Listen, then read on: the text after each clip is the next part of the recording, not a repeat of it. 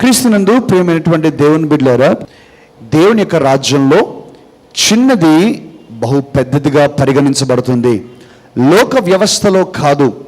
లోక వ్యవస్థలో పెద్దది పెద్దదే, చిన్నది చిన్నదే. ఉదాహరణగా హెడ్ మాస్టర్ గారే, ప్యూన్ గారే, సిఇఓ గారే, మరి అటెండర్ వారే. అంతే లోక వ్యవస్థలో. కానీ దేవుని దృష్టిలో కాదు.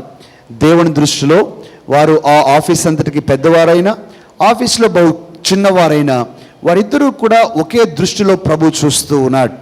మనలో ఎవరిమి కూడా పెద్దవారిమి చిన్నవారిమి అని లేదు దేవుని యొక్క రాజ్యంలో. అందుకని నేను చెప్పినటువంటి మాట ఏమిటంటే, small is big in the kingdom of God. దేవుని యొక్క రాజ్యంలో చిన్నవే పెద్దవిగా పరిగణించబడతాయి. పెద్దవి చిన్నవి అని దేవుని దృష్టిలో ఏమీ లేవు. కానీ మానవులమైనటువంటి మన దృష్టిలో కొన్ని చిన్నవిగాను కొన్ని పెద్దవిగాను పరిగణిస్తున్నాం. కాబట్టి ఈరోజు మన యొక్క ఆలోచన దృక్పథాన్ని మార్చుకోవాలని నేను మనవి చేస్తున్నాను. Small is big in the kingdom of God. దేవుని యొక్క రాజ్యంలో నువ్వు చిన్నది చేసినా దానికి దేవుడు పెద్ద విధానంగా గుర్తింపును ఆశీర్వాదాన్ని ఇస్తాడని కూడా నేను జ్ఞాపకం చేస్తున్నాను. బైబిల్ గ్రంథం అంతటిలో కూడా మనం అందరం గమనిస్తే అనేకమైన నిర్ణయములు మనం చూస్తూ ఉన్నాం. అనేకమైన నిర్ణయాలు.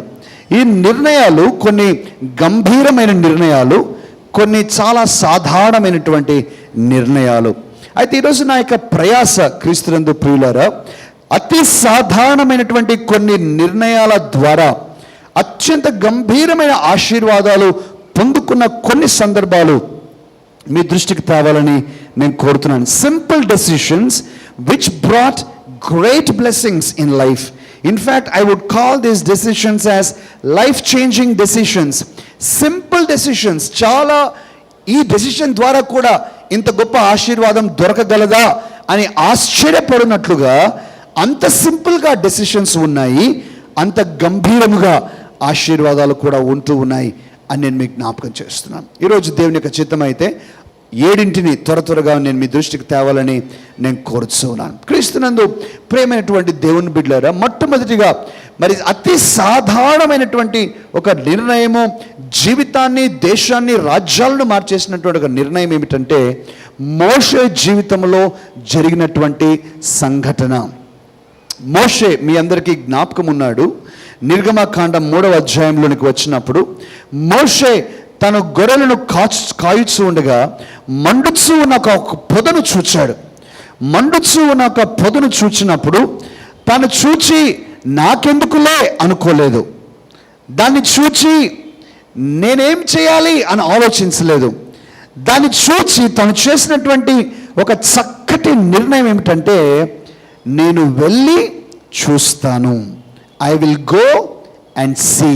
నేను వెళ్ళి ఏం జరుగుతుందో నేను గమనిస్తాను అనే మాటను తను చెప్తూ ఉన్నాడు. చూడండి, నిర్గమకాండం 3వ అధ్యాయము 1వ వచనం నుంచి మనం చదువుకుందాం. మోషే మిద్యాను యాజకుడైన ఇత్రో అను తన మామ మందను మేపుచు ఆ మందను అరణ్యము అవతలకు తోలుకొని దేవుని పర్వతమైన హోరేబుకు వచ్చెను. ఒక పొద నడిమిని అగ్నిజ్వాలలో యెహోవా దూత అతనికి ప్రత్యక్షమాయెను. అతడు చూచినప్పుడు అగ్ని వలన ఆ పొద మండుచుండెను, కానీ పొద కాలిపోలేదు. అప్పుడు మోషే, ఆ పొద ఏల కాలిపోలేదో, నేను ఆ తట్టు వెళ్ళి ఈ గొప్ప వింత చూచెదను అనుకొనెను. ప్రియమైన దేవుని బిడ్డలారా, తను చేసిన decision very simple decision. I will go and I will see అనే మాటను తను చేస్తున్నాడు. మీరు గమనించారా? తర్వాత మాటను చూడండి, తర్వాత చదవమా. అతడు ఆ తట్టు వచ్చుట యెహోవా చూచెను. దేవుడు ఆ పొద నడుమ నుండి మోషే మోషే అని అతనిని పిలిచెను. అందుకతడు చిత్తము ప్రభువా అనెను. ప్రియమైన దేవుని బిడ్డలారా, ఈ మాటను మీరు గమనించాలని నేను మనవి చేస్తూ ఉన్నాను. తాను చూడటానికి వెళ్తూ ఉన్నాడు, కానీ తాను దేవుని స్వరాన్ని వినటం ప్రారంభిస్తూ ఉన్నాడు. He's going there to see, but is beginning to listen to the voice of God now. దేవుని యొక్క స్వరాన్ని తాను వినటము ప్రారంభిస్తూ ఉన్నాడు. ప్రియమైన దేవుని బిడ్డలారా, ఈరోజు మోషే యొక్క నిర్ణయాన్ని బట్టి నేను గొప్ప ఆశీర్వాదమైనటువంటి మాటను తెలియచేయాలని నేను కోరుతూ ఉన్నాను. Curiosity is the door which opens up for a blessing. నీకెప్పుడైతే ఆతృత ఉంటుందో, నువ్వు ఎప్పుడైతే క్యూరియాసిటీ నీలో పెరుగుతుందో నువ్వు ఎన్నో విషయాలు నేర్చుకుంటావు, దాని ద్వారా ఎంతో ఆశీర్వదించబడతావని కూడా నేను జ్ఞాపకం చేస్తున్నాను. ఉదాహరణగా చిన్నపిల్లలను మీరు గమనిస్తే, చిన్నపిల్లలు పెద్దలు చెప్పినవి అనేక విషయాలు నేర్చుకుంటూ ఉంటారు, అది మంచిదే. కానీ మనకు తెలియని లేక పెద్దలు చెప్పని అనేక విషయాలు కూడా వారు కేవలము ఆతృతతో నేర్చుకుంటారు. ఉదాహరణగా ఏదైనా బొమ్మ ఇవ్వండి, ఆ బొమ్మకు ఆన్ ఆఫ్ స్విచ్ ఉందో ఎక్కడుందో వెతుకుతాడు. ఈ బొమ్మ నడుస్తుందా లేదా, తల తిరుగుతుందా లేదా, ఇలా ఒక పాయింట్ నేర్చుకుంటాడు. ఒక రిమోట్ కంట్రోల్ ఇవ్వండి, ఆ రిమోట్ కంట్రోల్ ఇస్తే ఆన్ ఆఫ్ స్విచ్ ఏది, సౌండ్ పెంచే బటన్ ఏది, తగ్గించే బటన్ ఏది, ఛానల్ మార్చే బటన్ ఏది, ఇది ఎలా చేస్తే ఏమవుతుందని అలా నొక్కుంటూ వాడు నేర్చుకుంటాడు. చాలాసార్లు మనం పిల్లల్ని గమనించినప్పుడు, ఇదెక్కడ నేర్చుకున్నాడు, మేము ఎవరిమీ నేర్పించలేదే, ఇది ఎలా తెలుసు వాడికి, ఇది ఎలా నేర్చుకున్నాడని చాలామంది ఆశ్చర్యపోవటము మన వంతుగా అవుతుంది. కారణం ఏంటంటే క్యూరియాసిటీ, ఆ యొక్క ఆతృత ఉన్నందుకు ఆ యొక్క విషయాలు అనేకములు నేర్చుకుంటున్నారు. దయచేసి నా మాటలు జ్ఞాపకం చేసుకోండి. ప్రతి ఒక్క విశ్వాసికి ఆతృత చాలా ప్రాముఖ్యం. ఆతృత, నీకు ఎప్పుడైతే ఆతృత ఉంటుందో ఆ యొక్క ఆతృత ద్వారా అనేక ఆశీర్వాదాలు నీ జీవితంలోనికి వస్తాయి. ఈ పరిస్థితి ఇలా ఉందేంటి, నేను ఈ పరిస్థితి ద్వారా ఏం నేర్చుకోవాలని నువ్వు ఎప్పుడైతే ఆతృత కలిగి ఉంటావో ఆ యొక్క ఆతృత ద్వారా నీ జీవితంలో అనేకమైన విషయాలు నేర్చుకోగలుగుతావని నేను జ్ఞాపకం చేస్తున్నాను. ఈ చిన్న డెసిషన్ ద్వారా ప్రేమైన దేవుని బిడ్డలారా, మోషే దేవుని యొక్క స్వరం మాత్రమే వినటమే కాదు, ఒక గొప్ప నాయకుడిగా తన యొక్క సేవా యాత్ర ప్రారంభమైపోయింది. ఒంటి చేత్తో దాదాపు 30 లక్షల మందిని నడిపించే నాయకుడిగా తయారైపోయాడు. యూదా సామ్రాజ్యం లేక ఇజ్రాయేలీల సామ్రాజ్యం అనేటువంటి ఒక గొప్ప సామ్రాజ్యాన్ని స్థాపించేశాడు. And somebody said a nation was born in the mid night. మధ్యరాత్రి కాలంలో ఒక దేశం పుట్టింది. కారణం, ఒక వ్యక్తి తను ఆతృతతో ఏం జరుగుతుందో చూడాలి అని కోరుకొని తను ముందుకు వెళ్ళాడు. ఒక వ్యక్తి ఎప్పుడైతే ఆతృత కరువవుతుందో, ఆశ కరువవుతుందో, నేను పొందుకోవాలి అనే కోరిక ఉండదో, వారికి ఎవ్వరూ ఏమీ నేర్పించలేరు, వారు ఎప్పుడు ఏది కూడా పొందుకోజాలరు. ప్రియమైన దేవుని బిడ్డలారా, చాలామంది కూడా దేవుని నుంచి ఎక్కువగా నేర్చుకోలేకపోవటానికి కారణం, ఎక్కువగా తెలుసుకోలేకపోవటానికి కారణం ఆతృత లేదు. ఆతృత ఉన్నప్పుడు అనేక విషయాలు నేర్చుకుంటాం. నా జ్ఞాపకం ఉంది ప్రియమైన దేవుని బిడ్డలారా, నేను దేవుని గురించి ఎక్కువగా తెలుసుకోవాలి అని ఆశించినప్పుడు నేనేం చేశాను, బైబిల్ గ్రంథం తీసుకున్నాను. నాకు బహుశా ఈజీగా చాలాసార్లు మనం కారణాలు చెప్పేది ఏంటంటే, నాకు పాత నిబంధన అర్థం కాదు, రాజుల గ్రంథాలు అర్థం కావు, ప్రవక్తల గ్రంథాలు అర్థం కావు, కాబట్టి బైబిలే అర్థం కాదు అనేసి అనేకమైన సార్లు మనం బైబిల్ని చదవటం ఆపేస్తూ ఉంటాం. అలాగే ప్రియమైన దేవుని బిడ్డలారా, అలా ఆపివేయటం కాకుండా నాకు ఏది అర్థమవుతుందో నేను చదవటం ప్రారంభించినప్పుడు దానిలో నుంచి నాకు ఆతృత కలుగుతుంది, దానిలో నుంచి నాకు ఆశ కలుగుతుంది. ఆ విధంగానే ప్రియమైన దేవుని బిడ్డలారా, అనేక సత్యాలు, అనేక మర్మములు, అనేక నిజ జీవిత అనుభవాలు బైబిల్ గ్రంథం ద్వారా దేవుడు కృప ఇచ్చాడు నేర్చుకోవటానికి.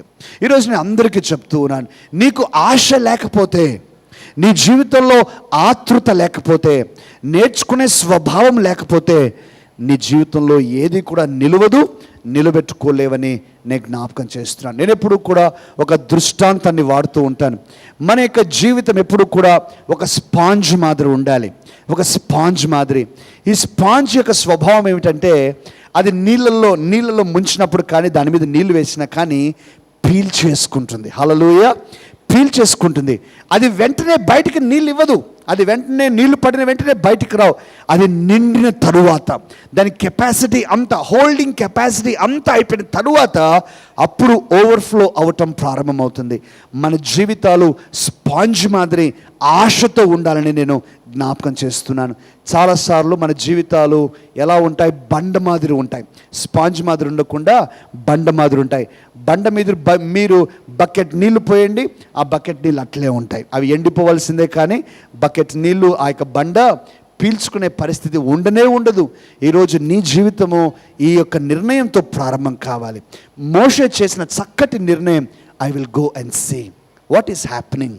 బహుశా దీంట్లో ఏదో ఉంది, మర్మం ఉందని తను ఆశపడ్డాడు. తన జీవితం మారిపోయింది. రెండవ మంచి నిర్ణయం, ప్రేమని దేవుని బిడ్డలారా, చిన్న నిర్ణయం కానీ మంచి నిర్ణయం. లూకా సువార్త 19వ అధ్యాయం దయచేసి తీయండి. 1వ వచనం నుంచి 3వ వచనం వరకు మనం చదువుదాం. ఇదిగో సుంకపు గుత్తదారుడును ధనవంతుడును అయిన జక్కయ్య అను పేరు గల ఒకడు యేసు ఎవరో అని చూడగోరెను గాని పొట్టివాడైనందున జనులు గుంపు కూడి ఉండుట వలన చూడలేకపోయెను. జక్కయ్య ఒక మంచి డెసిషన్ చేస్తూ ఉన్నాడు. రెండవ మంచి decision, simple decision but a life changer decision. రెండవ సింపుల్ డెసిషన్, మోషే అంటున్నాడు నేను వెళ్ళి చూస్తాను అని అంటూ ఉన్నాడు. రెండవది జక్కయ్య అంటున్నాడు నాకు నేనే యేసు ఎవరో నేను చూస్తాను. I myself will see who Jesus is. ప్రేమని దేవుని బిడ్డలారా, ఇక్కడ ఒక మార్పును నేను చూపించాలని నేను మనవి చేస్తూ ఉన్నాను. జక్కయ్య యేసు గురించి ఎంతో విన్నాడు. జక్కయ్య యేసు చేసే సూచక క్రియలు ఎన్నో విన్నాడు. ఆయా స్థలాలలో, ఆయా మనుషుల జీవితాలలో గొప్ప కార్యాలు జరుగుతూ ఉండడం జక్కయ్య చెవిని పడింది. కానీ ఇంతవరకు కూడా తన స్వంతగా అనుభవించాల, ఇంతవరకు తన స్వంతగా యేసుక్రీస్తును రుచి చూడాలా. అందుకనే ఈరోజు తను చేసేటువంటి నిర్ణయం ఏమిటంటే, I myself will see who Jesus is. నేను నిర్ణయం చేసుకుంటున్నా యేసు ఎవరో నేను చూస్తాను. నేను రుచి చూడాలి, యేసును నేను తాకాలి, లేక యేసును నేను అనుభవించాలి. యేసు ఎవరో నా కన్నులారా నేను చూడాలని ఒక చక్కటి నిర్ణయం తాను చేస్తూ ఉన్నాడు. ప్రియ సహోదరి సహోదరుడు, ఈరోజు ఈ మాటను నేను జ్ఞాపకం చేయనివ్వండి. మనలో అనేక మంది, బహుశా 90% మంది యేసు గురించి వింటూ ఉండవచ్చు. యేసు ఎంతటి మంచివాడు, యేసు ఎలాంటి కార్యాలు చేస్తాడు, యేసు యొక్క ప్రేమ ఎలాంటిది, యేసు యొక్క మరి కృప ఎలాంటిది, ఆయన యొక్క ఆలోచన విధానం ఎలాంటిదని. అయితే ఈరోజు నేను చెప్పే మాట ఏమిటంటే, నీవు వ్యక్తిగతంగా యేసును తెలుసుకోవాలి. 2 మాటలు నేను మాట్లాడాలని కోరుతున్నాను. ఒకటి, యేసు గురించి తెలుసుకోవటం, యేసును తెలుసుకోవటం. రెండింటి మధ్య గొప్ప అగాధం ఉంది ప్రేమైన దేవుని బిడ్డలారా. యేసును గురించి తెలుసుకోవటము, ఎవరో యొక్క అనుభవాన్ని నువ్వు వింటూ ఉన్నావు, కానీ యేసును తెలుసుకోవటం నీ స్వంత అనుభవము, నీ స్వంత అనుభవం. ఈరోజు అది చాలా చాలా ప్రాముఖ్యమైనటువంటి విషయం. ప్రతి విశ్వాసి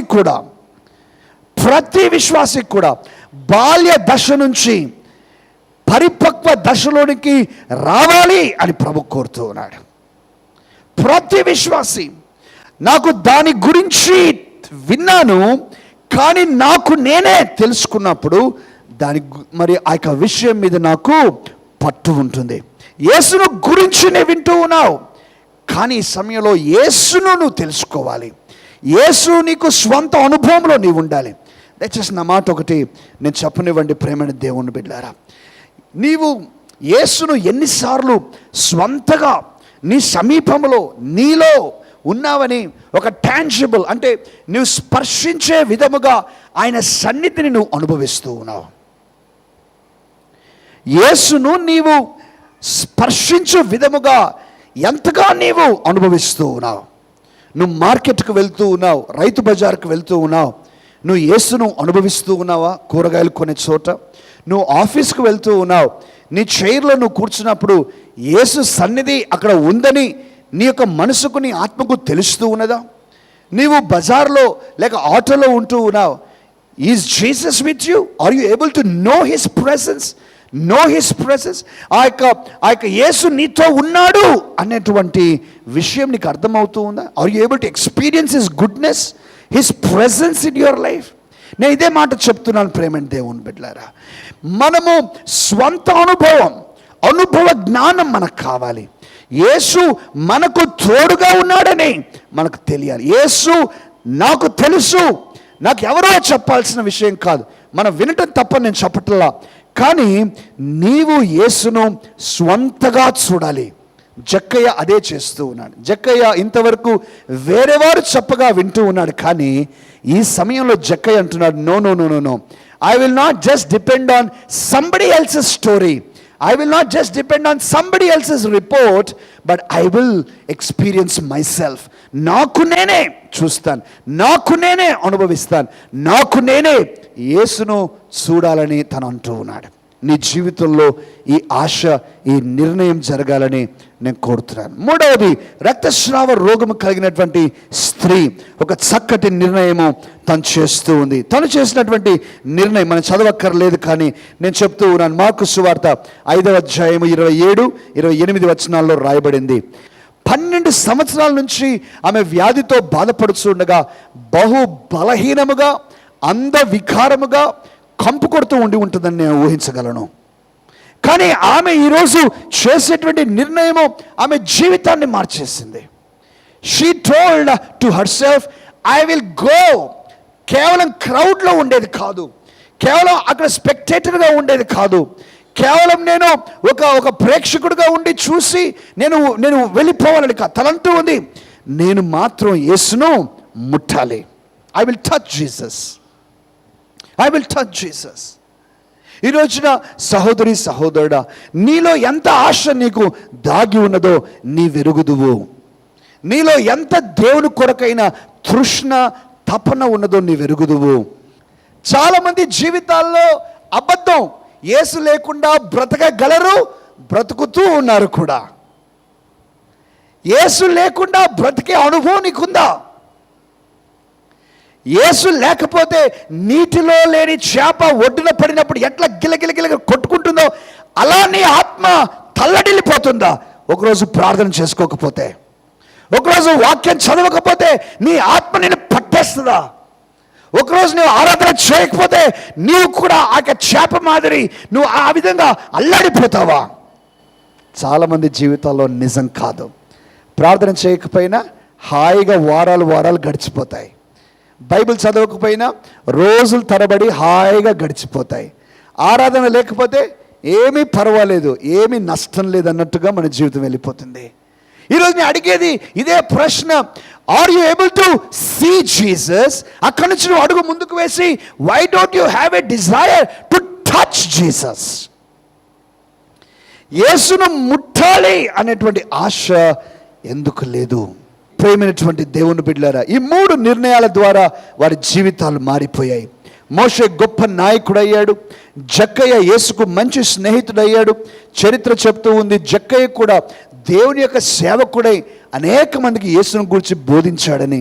ఈ యొక్క స్త్రీ యేసుని ఎప్పుడైతే ముట్టాలని కోరి తను కష్టపడి శ్రమించి యేసుని ఎప్పుడైతే ముట్టిందో తన గొప్ప స్వస్థత కలిగింది. 4వది, ప్రేమైన దేవుని బిడ్డలారా, దానియేలు భక్తుడు తన జీవితంలో చేసినటువంటి ఒక శ్రేష్టమైన నిర్ణయం. దయచేసి చదవండి, ఈ మాటను చదువుదాం. దానియేలు గ్రంథం 1వ అధ్యాయం 8వ వాక్యం. రాజు జించు భోజనమును పానము చేయు ద్రాక్షారసమును పుచ్చుకొని తన్ను అపవిత్రపరచుకొన కూడదని దానియేలు ఉద్దేశిస్తూ ఉన్నాడు. రైట్ ట్రాన్స్లేషన్ రాయబడిన మాట ఏమిటంటే, Daniel decided in his heart not to cause unholiness touch him. ఆ యొక్క అపవిత్రత, అపరిశుద్ధత తను తాకకూడదని ఒక నిర్ణయం చేస్తున్నాడు. సింపుల్ డెసిషన్, నన్ను నేను అపవిత్రపరచుకోను. Simple decision. ఆ సింపుల్ డెసిషన్ని బట్టి ప్రేమైన దేవుని బిడ్డలారా, దానియేలు యొక్క జీవితము అద్భుతంగా మారిపోయింది. తను ఆ విధంగా అపవిత్రపరచుకోలేదు. తన ముఖము, తన యొక్క స్నేహితుల ముఖము ఎంతో ప్రకాశవంతంగా మారిపోయాయి. రాజుకు వచ్చినటువంటి ఆ యొక్క కళను అర్థం చెప్పటం, ఆ విధంగా దానియేలు యొక్క జీవితం ఉన్నట్లుండి బహు పెద్ద స్థాయికి వెళ్ళిపోయింది. ఎవరు చరిత్రలో బైబిల్లో ఎవ్వరికీ లేనటువంటి గొప్ప ఘనత దేవుడు దానియేలుకి ఇచ్చాడు. దానియేలు 2 సెపరేట్ రాజ్యాలు, ఒకటి బబులోను సామ్రాజ్యం, రెండవది పారసీకుల సామ్రాజ్యం. 2 సెపరేట్ రాజ్యాలు, 4 సెపరేట్ రాజుల క్రింద ప్రేమైన దేవుని బిడ్డలారా, తన స్థానం డోకా లేకుండా, తన స్థాయి తగ్గకుండా, మరి రాజు తర్వాత రాజుగా ఆ రాజ్యంలో పరిపాలన చేసినట్లుగా దేవుని యొక్క రాజ్యంలో, దేవుని యొక్క వాక్యంలో రాయబడుతూ ఉన్నది. He's the rarest person in the Bible of whom nothing negative has been return. ఒక్కటి కూడా నెగటివ్ పాయింట్ కూడా రాయబడినటువంటి వ్యక్తి అతి తక్కువ వ్యక్తులలో దానియేలు ఒక్కడు. తన గురించి ఒక్క నెగటివ్ వర్డ్ కూడా రాయలేదు. ఈ రోజున మనం ఆలోచించాలి. కారణం ఏంటి? పవిత్రమైన జీవితం. కారణం ఏంటి? తను చేసిన నిర్ణయం. కారణం ఏంటి? తాను దేవుని కొరకు దృఢముగా నిలవబడాలనే ఆశ, నిలబడటానికి తను ప్రయత్నించిన తీరు.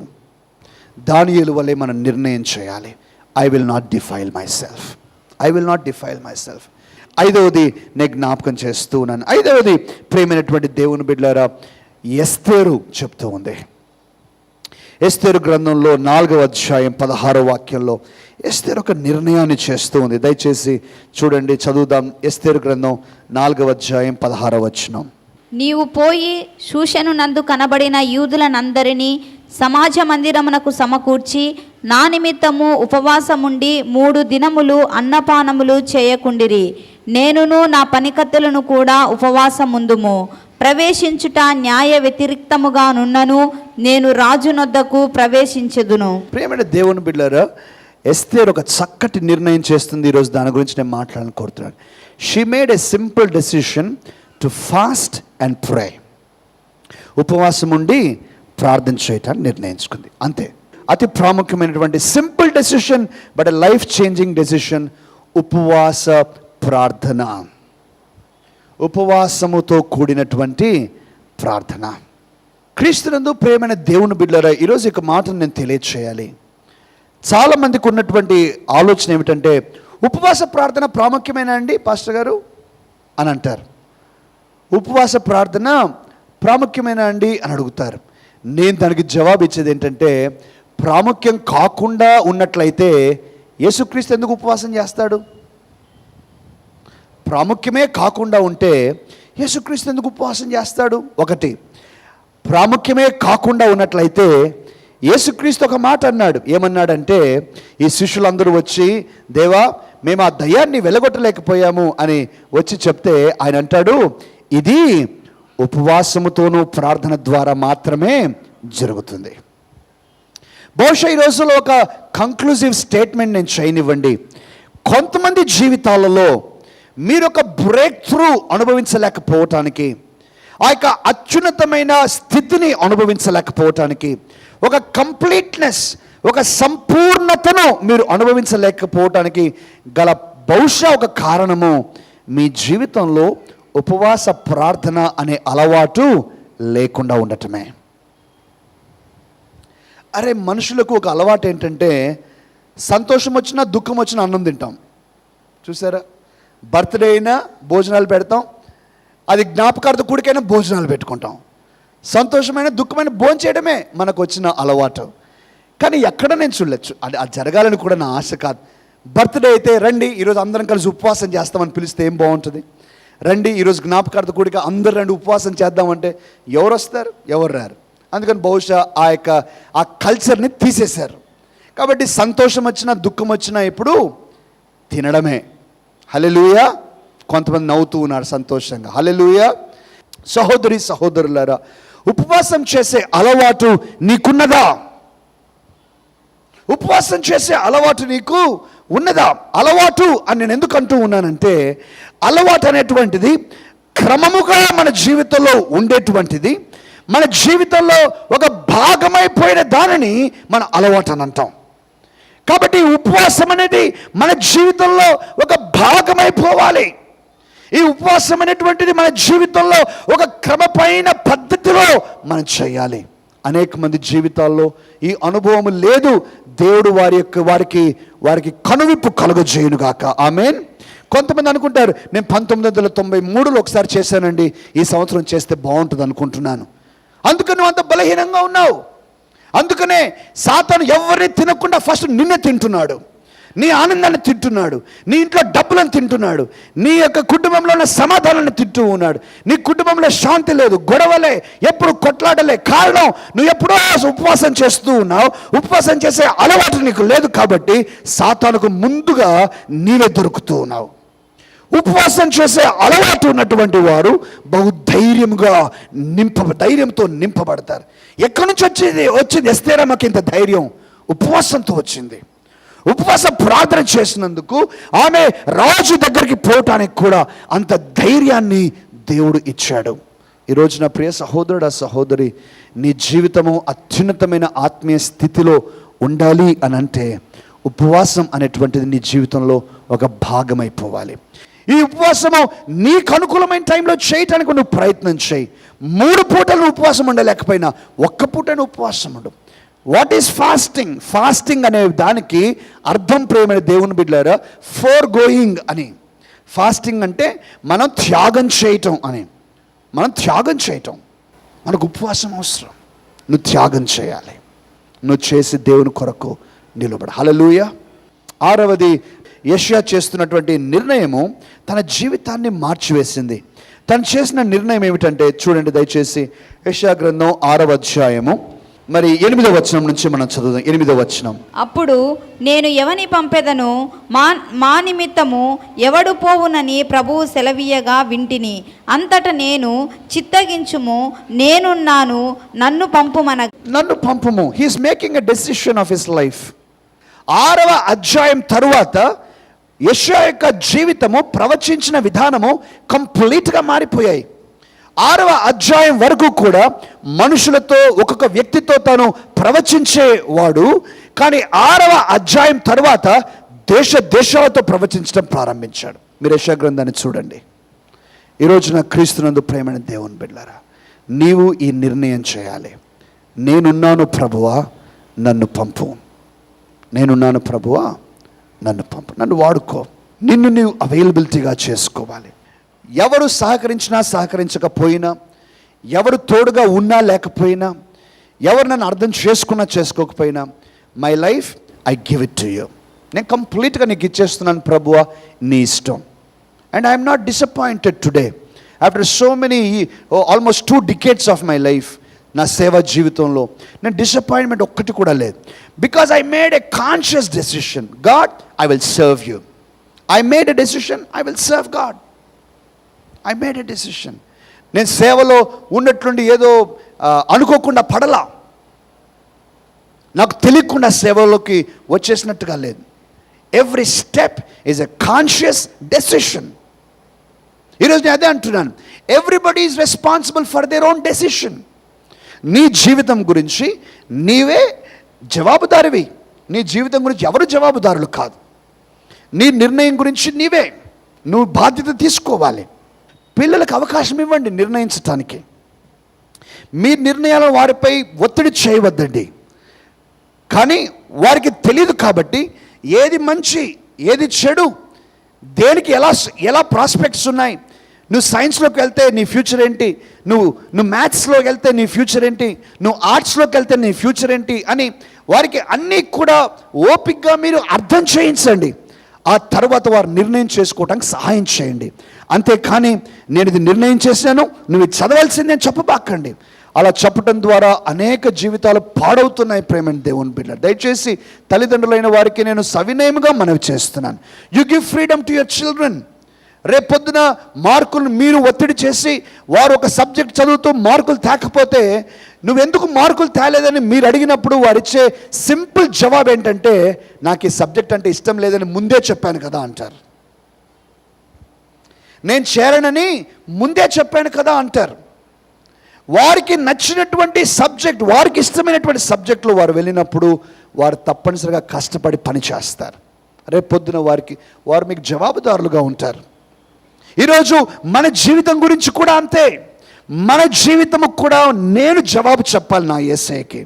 నేను యేసయ్య ధవల సింహాసనం ముందు నిలవబడినప్పుడు నా యేసయ్య నా అకౌంట్ అడుగుతాడు, నా బాధ్యతలు అడుగుతాడు, నేను చేసిన పనుల గురించి అడుగుతాడు. Anything and everything with in my circle, నా సర్కిల్ గురించి అడుగుతాడు. నా జీవితము కనెక్టెడ్ గురించి అడుగుతాడు. కానీ వేరే వారి గురించి నన్ను అడగడు. నా యొక్క జీవితం గురించి నేను అకౌంట్ చెప్పుకునే పరిస్థితులు నేను ఉండాలి. అవును దేవా, నేను ఈ నిర్ణయం ఎందుకు చేశాను, అవును దేవా ఈ ఆలోచన ఎందుకు, అవును దేవా ఇదిగో ఇక్కడ పొరపాటు జరిగింది అని నేను చెప్పగలిగే స్థలంలో ఉండాలి. అంతేకాని ఆ రోజు వెళ్ళినప్పుడు వాళ్ళు కారణం వీళ్ళు కారణం, ఆ రోజు నాకు మతి లేదు అని నేను చెప్పడానికి లేదు. Everyone is responsible for our own decisions. Isaiah ఒక మంచి నిర్ణయం చేస్తున్నాడు. Here I my God, use మీ. నన్ను నువ్వు వాడుకో ప్రభువా, నన్ను వాడుకో. చివరిది 7వది నేను చెప్పి ముగిస్తాను. ప్రేమ దేవుడు అన్నిటికంటే కీలకమైంది తప్పిపోయి దొరికిన కుమారుడు చేసినటువంటి నిర్ణయం. ఇక తప్పిపోయి దొరికిన కుమారుడు యొక్క కథను కూడా మనం ఆలోచన చేసినప్పుడు, తండ్రి దగ్గర డబ్బులన్నీ తీసుకొని దేశాంతరం పోయి ఖర్చు పెట్టి పందుల దగ్గర ఉన్నప్పుడు బైబిల్ గ్రంథంలో రాస్తూ ఉన్నాడు, అతనికి బుద్ధి వచ్చినప్పుడు, హల్లెలూయా, మనందరికీ బుద్ధి రావాలి, నాకు రావాలి, మనందరికీ రావాలి. హల్లెలూయా, ఆమేన్.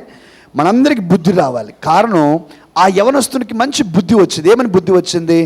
అరే, రాజులాగా ఉండే నా జీవితము పందులతో ఉన్నదే, ఈ ప్రాపంచిక ఆలోచనలో మునిగిపోయానే, ఏంటి నా పరిస్థితిని. వాడికి బుద్ధి వచ్చినప్పుడు దేవుని వాక్యాలు రాస్తూ ఉన్నాడు, బుద్ధి వచ్చినప్పుడు నేను నా తండ్రి ఇంటికి తిరిగి వెళ్ళెదను. I will arise and I will go back. మనందరికీ దేవుడు ఆ బుద్ధిని దయచేయనుగాక. మనందరికి కావాలి. మనం కూడా ఈ ప్రాపంచిక వ్యవస్థ, ఈ యొక్క లోకపు ఆలోచనలు, ఈ లోకపు సంపద, ఈ లోకపు సంబంధాలు, ప్రేమైన దేవుని బిడ్డలారా, వాటంతటి మధ్యలో మనం జీవిస్తూ ఉన్నప్పటికీ ఏవి కూడా నిన్ను పట్టివేయకూడదు, నిన్ను బంధించి వేయకూడదు. వాటి మీద నీవే అధికారిగా ఉండాలి. కానీ ఎవరు కూడా అధికారిగా ఉండటానికి వీలు లేదని ఈరోజు నేను జ్ఞాపకం చేస్తున్నాను. ఒకవేళ అటువంటి పరిస్థితిలో ఉన్నట్లయితే నీవు నేను అందరం మనం చెప్పాల్సిన మాట ఏమిటంటే, దేవా, నేను లేచి నా కొరకు ఏర్పాటు చేసిన నా స్వాస్థ్యమును స్వతంత్రించుకోవటానికి నేను వస్తాను. నేను ఇవన్నీ వదిలేస్తాను, నా జీవితంలో ఉండటానికి వీలు లేదు. ఈరోజు మనందరం ఈ నిర్ణయాలు చేయాలని నేను జ్ఞాపకం. 7 నిర్ణయాలు, చిన్న నిర్ణయాలు కానీ జీవితాన్ని మార్చివేసే నిర్ణయాలు. ఈ యొక్క యవనస్తుడు ఈ నిర్ణయాన్ని చేసిన తర్వాత తండ్రి యొక్క ప్రేమను పొందుకున్నాడు, కుమారుడిగా తన స్థానాన్ని పొందుకున్నాడు, గొప్ప ఆశీర్వాదాన్ని తను పొందుకున్నాడు. మనం ఎప్పుడైతే సరి అయిన నిర్ణయాలు చేస్తామో మనందరి జీవితాలలో తండ్రి ప్రేమను పొందుకుంటాం, కుమారుడిగా కుమార్తెగా మన స్థానాన్ని పొందుకుంటాం. ఊహించని రీతిగా మనకు ఆశీర్వాదాలు దేవుడు ఇస్తాడు. 7 నిర్ణయాలు, simple decisions but great blessings, life changers. 7 విషయాలు నేను మరలా జ్ఞాపకం. 1, మోషే అన్నాడు, నేను వెళ్ళి చూస్తాను. జక్కయ్య అన్నాడు, నేను యేసు ఎవరో చూస్తాను. I personally will see. నేను తెలుసుకోవాలి, నేను నేర్చుకోవాలి. 2, 3వది, రక్తస్రావ రోగం కలిగిన స్త్రీ అంటుంది, I will go and touch him. Actually నేను వెళ్ళి ముడతాను, నేను ముట్టాలి. 4వది అంటూ ఉన్నాడు దానియేలు భక్తుడు, I will not defile my self, నన్ను నేను అపవిత్ర పరచుకోను. 5వది ఎస్తేర్ అంటుంది, I will fast and pray, నన్ను ఎవరు ఆపలేరు, నేను ఉపవాసం అండి ప్రార్థన చేస్తా. 6వది యెషయా భక్తుడు అంటూ ఉన్నాడు, నేనున్నాను ప్రభువా, నన్ను పంపుము. 7వది చిన్న కుమారుడు అంటూ ఉన్నాడు, నేను లేచి తిరిగి నా తండ్రి ఇంటికి వెళ్ళేదను. ప్రార్థన చేద్దామండి. ప్రభు మనకు కృప ఇచ్చునుగాక. చక్కటి నిర్ణయాలు, ఏదైనా నిర్ణయం నీ జీవితంలో లేకుండా ఉన్నట్లయితే ఈరోజు ఆ నిర్ణయం చేయటానికి నువ్వు వెనకాడకూడదని నేను నిన్ను ప్రేరేపిస్తున్నాను. ప్రార్థన చేద్దాం. గొప్ప దేవానికి స్తోత్రాలు, ఆశ్చర్యకరుడా, ఆలోచనకర్త నీకు స్తోత్రాలు. ఇంత మట్టుకు కూడా మీరు నాతో మాతో ఉండి నడిపిస్తూ ఉన్న దేవా, మా అందరి జీవితాల్లో కాన్షియస్గా తెలిసి ఒక నిర్ణయాత్మకమైన శక్తి మీరు మాకు ఇచ్చి ఉండగా చక్కటి నిర్ణయాలు చేయటానికి మాకు దయచేయండి ప్రభువా. Simple decisions will always open big blessings in our life. చిన్న నిర్ణయాలే కానీ తండ్రి గొప్ప ఆశీర్వాదాలు మాకు ఇస్తారని మేము నమ్ముతున్నాం తండ్రి. ఎవరైతే వాక్యం చేత హెచ్చరింపబడ్డారో ప్రభువా మీరు సహాయం చేయండి, బలపరచండి. మేమందరం కూడా ప్రభువా ఈ నిర్ణయాలు చేస్తూ ముందుకు వెళ్ళే కృపను దయచేయమని నజరేయుడైన యేసుక్రీస్తు నామమున ప్రార్థిస్తున్నాం తండ్రి. ఆమేన్.